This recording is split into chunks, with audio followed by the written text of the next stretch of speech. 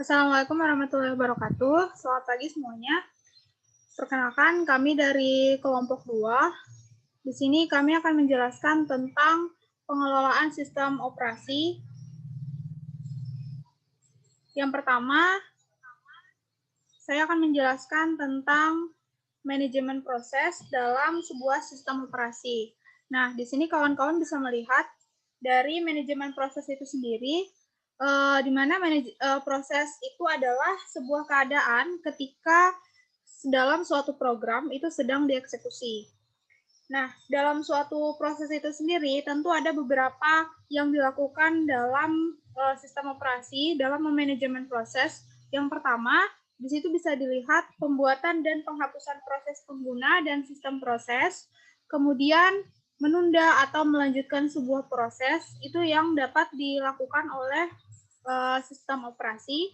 Kemudian dapat menyediakan mekanisme untuk proses sinkronisasi, dan kemudian dapat menyediakan mekanisme untuk proses komunikasi, dan juga menyediakan mekanisme untuk penanganan backlog.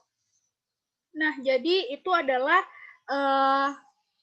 cara kerja sistem operasi dalam memanajemen sebuah proses dalam sistem operasi itu sendiri. Dan selanjutnya, di sini ada manajemen memori utama. Nah, dalam sebuah sistem operasi, di sini sistem operasi dapat melakukan atau memanajemen memori utama, di mana harus kita ketahui terlebih dahulu bahwa fungsi dari memori utama itu adalah sebagai tempat penyimpanan yang akses datanya itu digunakan oleh CPU atau perangkat itu sendiri. Nah, untuk bekerja dalam sistem operasi tersebut, maka sistem operasi itu memanajemen memori utamanya atau melakukan beberapa tugasnya. Yang pertama, itu ada menjaga track dari memori yang sedang digunakan dan siapa yang menggunakannya. Kemudian, dia juga dapat memilih program yang akan di-load ke memori. Dan selanjutnya, dia juga dapat mengalokasikan dan mengdialokasikan ruang memori sesuai kebutuhan. Jadi, itu beberapa yang dapat dilakukan atau diatur oleh sistem operasi dalam memanajemen memori utama. Dan selanjutnya akan dijelaskan oleh teman saya.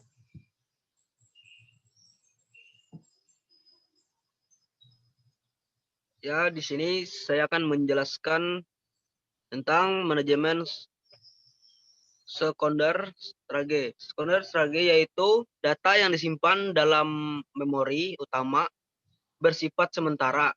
Jumlahnya sangat kecil. Oleh karena itu, untuk penyimpanan keseluruhan data dan program komputer dibutuhkan sekunder strage yang bersifat permanen dan mampu menampung banyak data. Contoh dari strage yaitu hard disk dan disket dan lain-lainnya. Sistem ini beroperasi bertanggung jawab atas aktivitas yang berkaitan dengan disk di magnet seperti prespek, magnetman, alokasi penyimpanan, penjualan disk. Terus, ganti deh, manajemen sistem.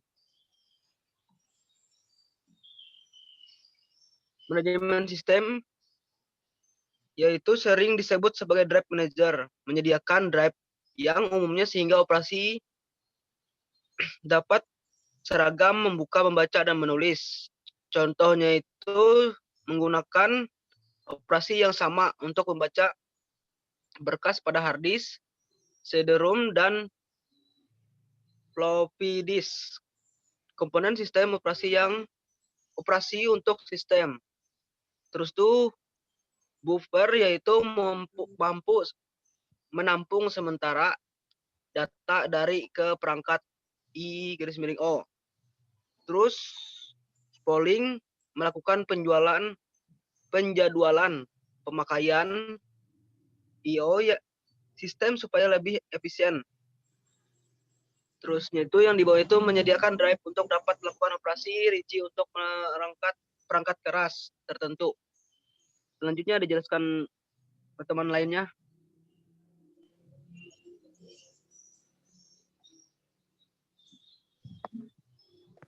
Baik, di sini saya akan menjelaskan manajemen berkas. Berkas adalah kumpulan informasi yang berhubungan sesuai dengan tujuan pembuatan berkas tersebut. Berkas dapat mempunyai struktur yang bersifat hierarkis, direktori, volume, dan lain-lain. Sistem operasi bertanggung jawab atas pembuatan dan penghapusan berkas, pembuatan dan penghapusan direktori, mendukung manipulasi berkas dan direktori, memetakan berkas ke secondary storage, kemudian membackup berkas ke media penyimpanan yang permanen atau non-validated. Kemudian selanjutnya, next. Di sistem proteksi mengacu pada mekanisme untuk mengontrol akses yang dilakukan oleh program, prosesor, atau pengguna ke sistem sumber daya. Mekanisme proteksi harus yang pertama bisa membedakan antara penggunaan yang sudah diberi izin dan yang belum. Yang kedua, bisa menentukan pengontrolan yang akan dilakukan terhadap sumber daya. Kemudian yang ketiga, memberikan punishment terhadap kesalahan yang terjadi. Oke, kemudian dijelaskan oleh teman saya.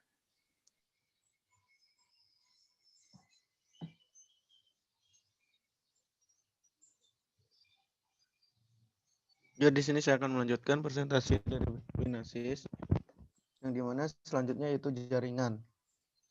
Yang dimana jaringan komputer adalah jaringan telekomunikasi yang memungkinkan antar komputer untuk saling menukar data. Tujuan dari jaringan komputer ialah agar bisa mencapai tujuannya pada bagian dari setiap jaringan komputer. Bisa memberikan serta meminta layanan atau servis. Pihak yang menerima atau meminta layanan disebut dengan client, serta yang melakukan pengiriman atau yang memberikan layanan disebut dengan server. Sistem terdistribusi adalah sekumpulan prosesor yang tidak berbagi memori atau clock. Tiap prosesor mempunyai memori sendiri. Prosesor tersebut hubungan melalui jaringan komunikasi. Sistem terdistribusi menyediakan akses penggunaan ke bermacam sumber daya sistem. Akses tersebut dapat menyebabkan yang pertama yaitu meningkatnya prosesor komputasi, yang kedua meningkatnya ketersediaan data, yang ketiga meningkatkannya kehandalan. Selanjutnya yaitu Command Interpreter System. Command Interpreter System yaitu sangat bervariasi dari satu sistem operasi ke sistem operasi yang lain dan disesuaikan dengan tujuan dan teknologi device yang ada. Contohnya seperti CLLI, Windows, Pen-based, dan lain-lain. Selanjutnya akan dijelaskan oleh Saudara Andi.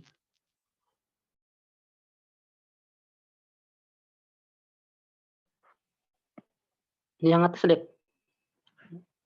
Di sini saya akan menjelaskan tentang layanan sistem operasi. Di sini ada 5. Yang pertama, eksekusi program, yaitu kemampuan sistem untuk load program ke memori dan menjalankan program.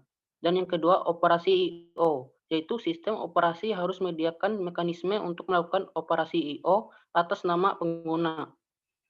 Yang ketiga, sistem manipulasi, yaitu berkas kemampuan program untuk operasi pada berkas. Dan yang keempat, komunikasi atau pertukaran data informasi antar dua atau lebih proses yang berada pada satu komputer atau lebih. Yang kelima, deteksi error, yang menjaga kestabilan sistem dengan mendeteksi error pada perangkat keras maupun operasi. Dalam efisiensi pengguna sistem operasi memberikan 3 pelayanan. Yang pertama, resource allocator, yaitu SO mengalokasikan sumber daya ke beberapa pengguna atau job yang jalannya pada saat yang bersamaan. Yang kedua, proteksi, yaitu SO menjamin akses ke sistem sumber daya dikendalikan atau pengontrolan akses ke sistem. Yang ketiga, accounting, yaitu SO merekam kegiatan pengguna dan jatah pemakaian sumber daya berdasarkan prinsip keadilan atau kebijaksanaan. Dan selanjutnya sistem CAL. Sistem CAL menyediakan interface antara program dan bagian OS. Sistem CAL menjadi jembatan antar proses dan sistem operasi. Selanjutnya akan dijelaskan oleh Saudara Gawan.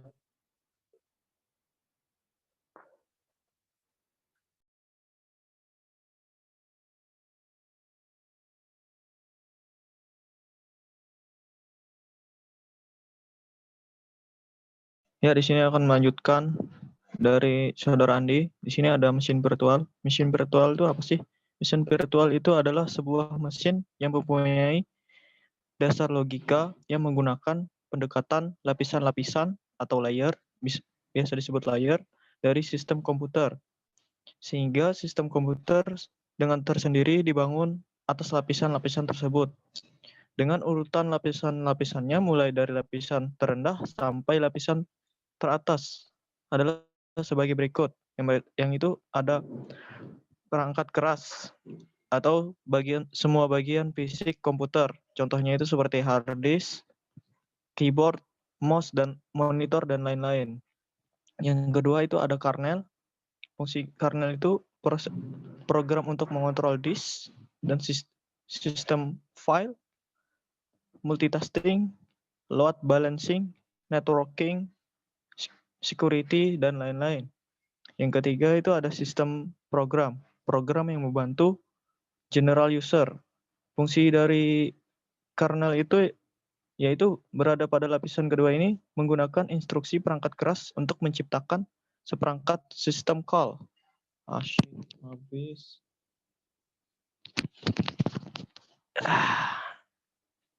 Yang dapat digunakan oleh komponen-komponen pada level sistem program. Selanjutnya ada sistem program. Kemudian sistem program dapat menggunakan sistem call dan perangkat keras lainnya seolah-olah pada level yang sama, meskipun sistem program berada di level tertinggi. Namun program aplikasi bisa melihat segala sesuatu pada tingkatan di bawahnya, seakan-akan mereka adalah bagian dari mesin. Pendekatan dengan lapisan-lapisan inilah yang kemudian menjadikan kesimpulan logis pada konsep virtual mesin. Selanjutnya, next, slide selanjutnya.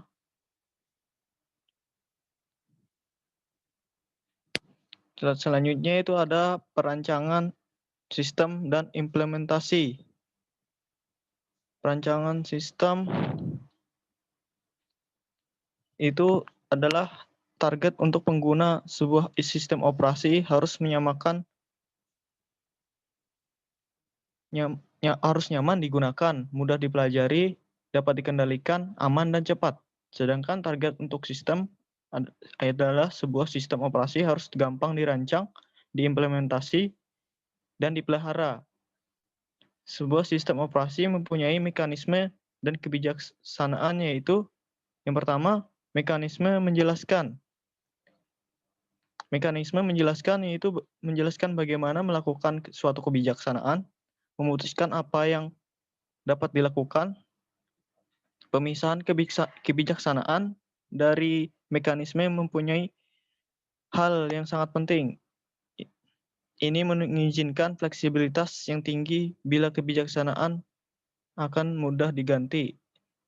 Yang selanjutnya ada mekanisme memutuskan, yaitu memutuskan kebijaksanaan apa yang akan dilakukan. Pemisahan kebijaksanaan dari mekanisme merupakan hal yang sangat penting. Ini mengizinkan fleksibilitas yang tinggi, mudah diganti. Selanjutnya ada implementasi sistem menggunakan bahasa assembly. Assembly adalah bahasa tingkat terendah yang digunakan dalam program komputer. Sedangkan sistem operasi sekarang dapat ditulis dengan menggunakan bahasa tingkat tinggi. Kode yang ditulis dalam bahasa tingkat tinggi dapat diubah dengan cepat, lebih ringkas, mudah dimengerti, Sistem operasi lebih mudah dipindahkan ke perangkat keras yang lain bila ditulis dengan bahasa tingkat tinggi. Bahasa tingkat tinggi itu adalah bahasa manusia kita yang kayak seperti bahasa Inggris itu. Ya, sekian dari pemaparan saya. Selanjutnya, Devita. Baik kawan-kawan, itu adalah penjelasan tentang bagaimana kita mengelola sebuah sistem operasi. Itu saja yang dapat kami sampaikan. Terima kasih. Kami kembalikan kepada kawan-kawan apabila ada yang ingin menambahkan atau ada yang ingin bertanya. Terima kasih.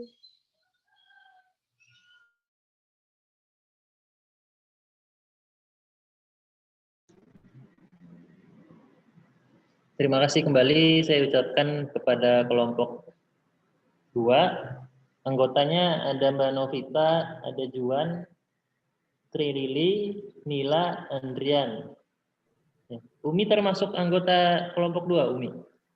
Bukan, Pak. Itu kelompok 4, Pak. Ini siapa anggotanya? Ini sistem operasi, Pak. Oh, Andi, Gawan, Devita ini ya? Iya, Pak. Oh ya, baik. Terima kasih. Tadi saya agak terlambat masuk, mohon maaf karena sedang di jalan. Nah, dari pemaparan teman-teman tadi sudah kurang lebih menyampaikan apa yang dibahas di bagian bab 2, yaitu tentang manajemen atau pengelolaan sistem operasi. Nah, silahkan kepada teman-teman yang lain yang ingin ditanyakan atau ada yang kurang paham, kurang jelas. Ini tadi ada peringatan time-nya sisa 10 menit atau gimana ya? Kurang tahu, Pak. Padahal ini akun baru, Pak. Oh ya, kita lanjutkan aja, tapi nanti kalau terhenti ya kita kondisional, kalau bisa dilanjutkan, kalau tidak ya kita lanjut di WhatsApp. Kita lanjutkan sementara. Ya, Silakan teman-teman.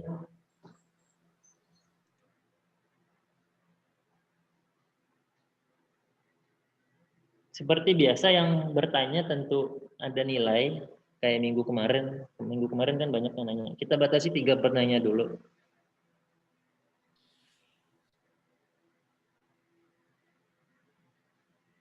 Kalau belum, Bapak dulu memulai. Boleh ya. Memulai pertanyaan. Ini ke siapa nih moderatornya? Devita atau Gawan? Iya, Pak. Ke kami semua aja. Ya, Devita minta tolong dibuka slide 10 tentang mesin virtual. Nah, ini kan cakupan kita dalam pembahasan ini kan terdiri atas manajemen proses, kemudian ada manajemen memori utama, kemudian ada penjadwalan proses dan sistem routing. Nah, mungkin ini adalah materi tambahan pada memori mesin virtual.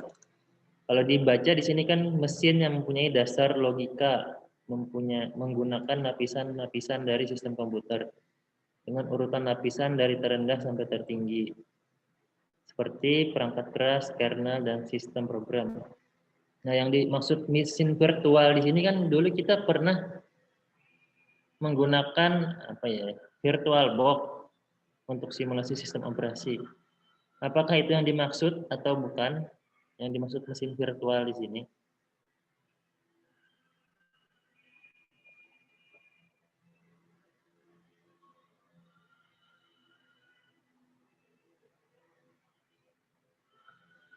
Bisa didengar ya? Kelompok 2, Devita bisa? Kurang jelas, Pak, suaranya, Pak. Kurang jelas? Ya, Pak. Ya. Bisa diulang, Pak? Jadi di sini kan ada penekanan kata mesin virtual. Ya.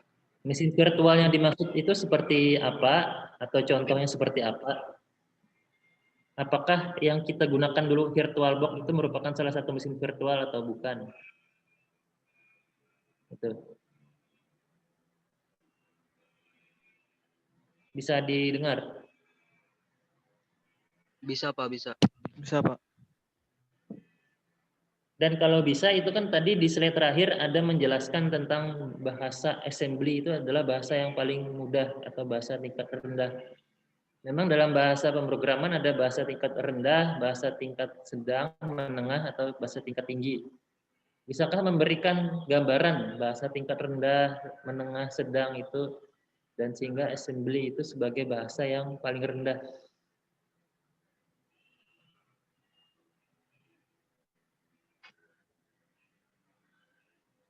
Bisa? Ya, bisa didengar ya? Bisa, Pak. Ya, Bisa, terima Pak. kasih. Itu saja dari Bapak. Silakan yang lain. Iya, Pak. Kami sambil mencari tahu juga, Pak. Karena kami juga nggak tahu. Ya, sambil menunggu pertanyaan lain, silakan diskusi. Mau di kolom chat boleh, mau di WhatsApp boleh. Iya, Pak. Bapak sambil mengabsen yang sudah hadir sebentar.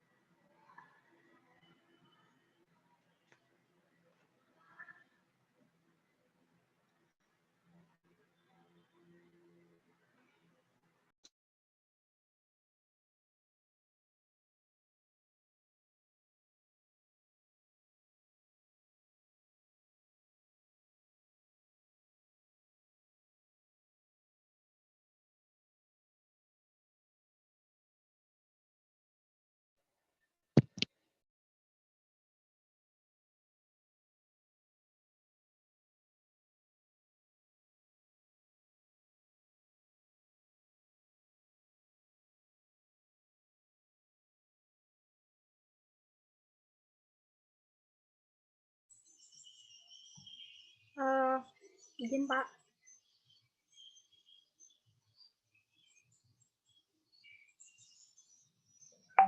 Itu Gawan akan menjawab pertanyaan. Silakan, Gawan. Sabar deh, bapaknya nggak ada tuh. Nggak ada, kah? Lagi jalan tadi.